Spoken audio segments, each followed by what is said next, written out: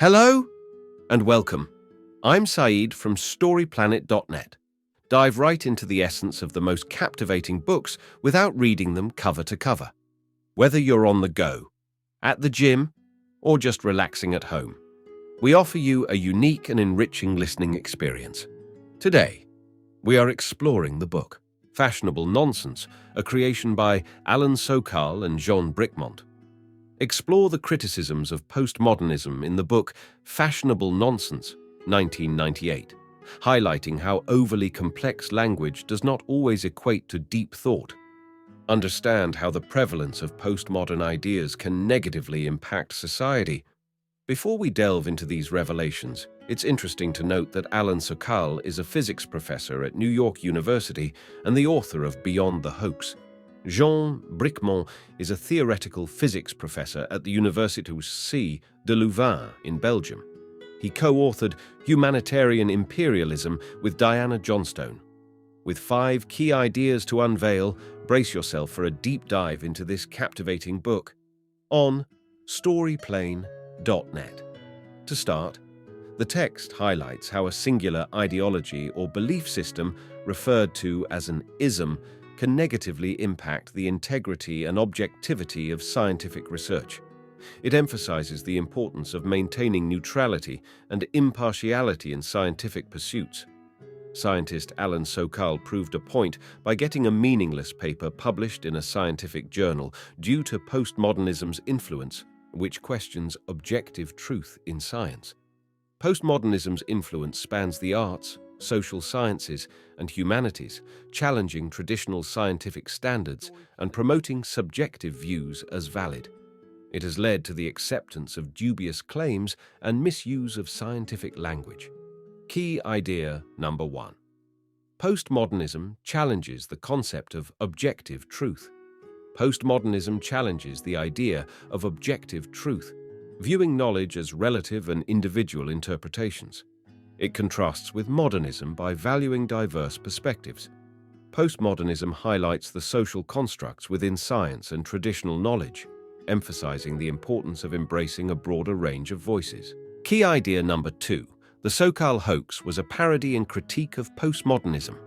Physics professor Alan Sokal conducted the Sokal hoax by getting a nonsensical parody article published in a postmodernist journal to expose the use of meaningless jargon in certain areas of postmodernism.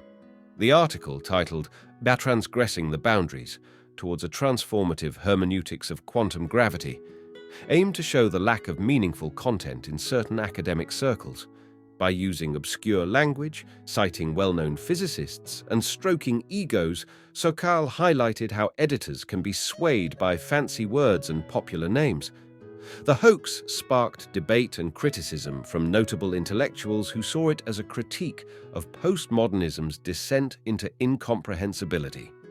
Key idea number 3. Postmodernists misuse science deliberately and inadvertently. Sokal tricked a science journal to highlight how postmodernism misuses science by providing examples of scholars like Lacan, Irigaray, and Baudrillard using scientific concepts inaccurately.